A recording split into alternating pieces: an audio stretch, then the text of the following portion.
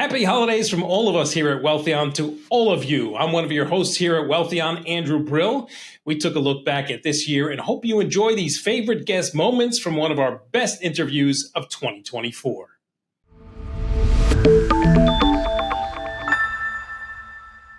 Before we start looking at the charts, maybe you can just give us your view of the big macro picture. Sure. Yeah. Well, thanks for having me, James. Overall, like when I look at the big macro picture, kind of the overall view of what's going on, I believe we are getting closer and closer to a major market reset. But as you just stated, the market is still in a very strong uptrend. In fact, that August shakeout that you and I talked about and we're experiencing in our last talk, and the volatility that we've seen has really kind of cleansed the market. When the market has a sharp pullback and a pause, a couple month pause like we've just seen across the board, it re-energizes the market that could have another push higher. So I do think overall equities have another 3 to 8% upside on the SP 500 or the NASDAQ if this traction continues to follow suit.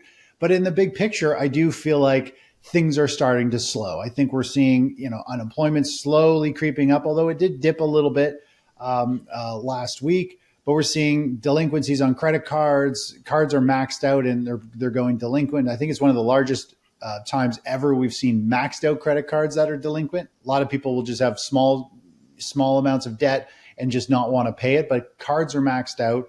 We've got residential, commercial real estate, mortgages are starting to default and take off. We've got a lot of defaults starting to happen actually in the multifamily, which is like not a good sign at all because that's the most affordable to build, has the most potential. So there's a lot of stuff behind the scenes unfolding, telling us that, people are running out of money. People aren't finishing projects. Everything's costing more. And we're seeing like leisure and activities we've seen some of the biggest cuts in that area. People just aren't spending the same amount of money as they used to travel. All kinds of discretionary products are coming to a grinding halt. And we've seen the biggest layoffs in that space. So when people start closing their wallets and tightening up, it's going to take a few months, a quarter or so, but it'll ripple through. And we're seeing, cut in manufacturing, which manufacturing is like 3 or 4 month lead time.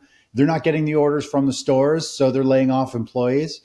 So there's a lot of stuff coming down that by the end of this year, I think we could be like, getting very, very weak in terms of recession being a lot clearer down the road. So that'll tip the scales and make people even more nervous. And it's kind of a self-fulfilling prophecy. I think we'll see equities and things sell off and go from there. So I'm short-term bullish, but longer term, I see the music coming to an end. Okay, so why don't we start looking at charts and why don't we take a look at the S&P to begin with? It's up 20% on the year and it's currently trading around 5,700. You think there's another 3 to 4% upside? Yeah, I think there's still some pretty good upside. I like to use Fibonacci extension as a technical trader, which gauges how much momentum there is. And this big correction that we saw back July, August, if we use a Fibonacci extension, which I find is the most accurate tool to project upside targets, I only use 2 measurements on this. I use a 618, so meaning this rally and this pullback, if the market rallies 61% of this first leg here and takes a pause, which it has, we almost always go up and hit this 100% measured move. So there's about 4% upside here on the SP 500 to the upside. The NASDAQ has about an 8% upside potential based on its chart pattern, but it's this whole consolidation right through here where the VIX spiked like 175%. We saw all kinds of fear. When the market has one of these fear-driven events, it cleanses the market. Anybody who's going to get shaken out got shaken out. That's what all of these are. This one isn't quite as severe, but it led to the next major leg up. And of course, this is another one of these little pauses. The smaller they are, the smaller the potential upside. But when we have one of these big ones, it can push the markets to have a pretty big move. But we're definitely seeing some warning signs. All last week, we saw distribution selling on the indexes, meaning every time the market drifted higher on light volume, we'd see heavy volume step in and hammer the price. There's some big institutions lightening their portfolios, dumping billions of dollars into the market, but they're doing it in a controlled way. The market drifts a little higher to resistance. They unload, a few $100 million or $1 billion worth, drive the market back down, then they stop selling. They let the market repeat that. And we saw that all last week. So these are early warning signs that these huge institutions are starting to lighten their portfolios, reduce exposure, and they take months to unload portfolios. So all it is an early warning sign, along with other things. Gold and silver and miners are telling us that, I think we're very close to some type of black swan event, to a recession, to a big stock market reset. Obviously, oil taking off. All these things we'll touch on are leading to, I think, a bigger bearish picture for the economy and the equities markets. Yeah, well, to your point, it's going to be interesting to see. We're going to start seeing Q3 numbers coming out here in earnest in the next couple of weeks. The first big one is JP Morgan at the end of this week. And it's going to be interesting to see the narrative coming out of these companies, just in terms of the consumer and the health of the consumer. So just to recap here, your short-term target on the S&P would be 6,000 by the end of the year? Yeah, roughly about 6,000, yep. And why don't we move over to the NASDAQ now, and let's get your thoughts on that. It's also up 20% on the year, but it's not making new highs like the S&P is. Yeah, so it's struggling a little bit more. Obviously, the masses always pile into the big Magnificent Seven. Whatever is in the news and moving, for some reason, the masses all want to own it. And so when the market starts to correct, they all dump the same stocks. So the NASDAQ really got hit, and people are nervous. We saw like a 20+% drop in the markets and NVIDIA. But we have seen, a rally. We had a pullback, and now we're playing around this 618 level, and it's got about enough to go up to about 21,000, or pretty much a double top for the NASDAQ going forward. So there is still upside potential, but definitely there's been some damage done. People who were involved in the Magnificent Seven really went for a roller coaster ride, and now they're a little gun shy, and that's why we're not seeing it go high. Making new highs like the SP 500. It's just people are nervous, and they're worried that it's going to be another collapse. So this is not a good sign. We want to see the tech leading the way, because where tech goes is pretty much going to drag the rest of the market with it. But it's not quite as strong as the overall broad market here. So as you mentioned, one of the big unknowns is inflation. And one of the things that's really been helping us here in the past year is the price of oil. And it's been kind of hovering in between the $70, $80 a barrel. And but recently, with the hostilities in the Middle East, it has caught a bit of a bid. But what's your take on oil here?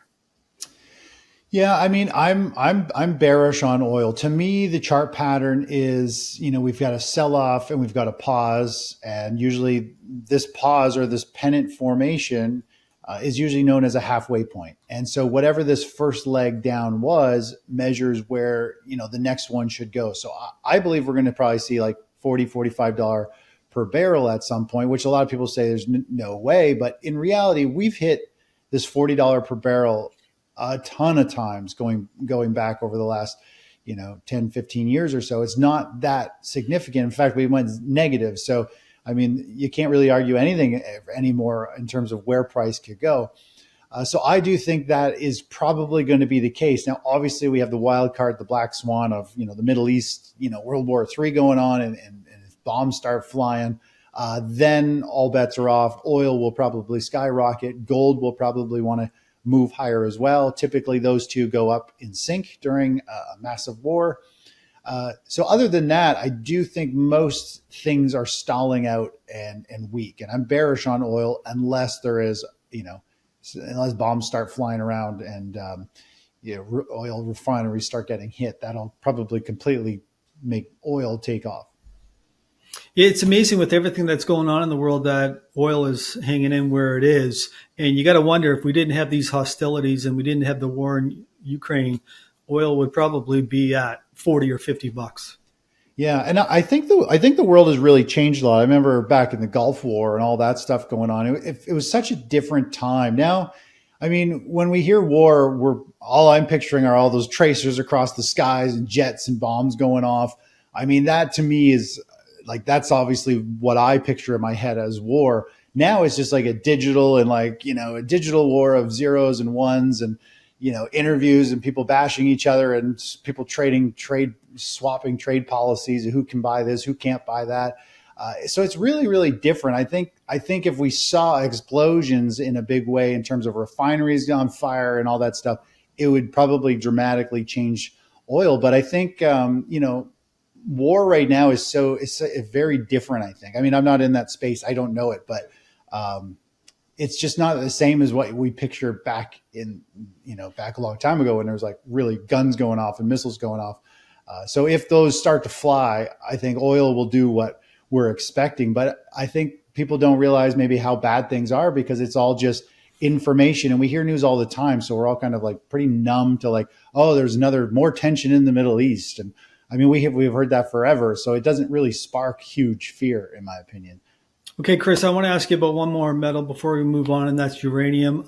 In my opinion, I don't think there's another commodity that has a more positive backdrop than what's happening within the nuclear energy sector in uranium.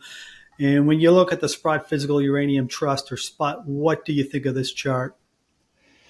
Yeah, I mean, this is a really strong chart. Just using Fibonacci extension based off this last level here, we can get a gauge of where this could run. This is a super strong looking bull flag pattern. As a technical trader, a bull flag pattern creates a flagpole, so a move up, and then a flag usually flags in the opposite direction in the wind, flagging downward. And then here's the second half of this move, should bring us up to 618 level. And then from there, it can run all the way up to 32. So 2650 to 3250 is the upside potential based on this chart. And from where that is, that's a 60% upside move, 61 potential if this was to unfold. Now, this is the monthly chart, so obviously this could take very similar to this one, which is a 1, 2, 3, 4, 5, 6, 7 or 8 months minus 2 here. So, in 5 months, it could potentially run up there. So it does have a very strong chart pattern, and it is pointing to higher pricing, and see if we can get some traction here. The second largest uranium producer in the world is Cameco. It's based in Canada. Why don't we take a look at that? Yeah, Cameco's got a little bit of volatility. I think the big sell-off we saw kind of this summer in the overall stock market created a little bit of a pattern I don't like, which is a broadening formation. You got higher highs, lower lows. It's known as a megaphone pattern. It just means volatility is increasing. It's rallying up, but it's to higher highs, but it's also selling off to lower lows.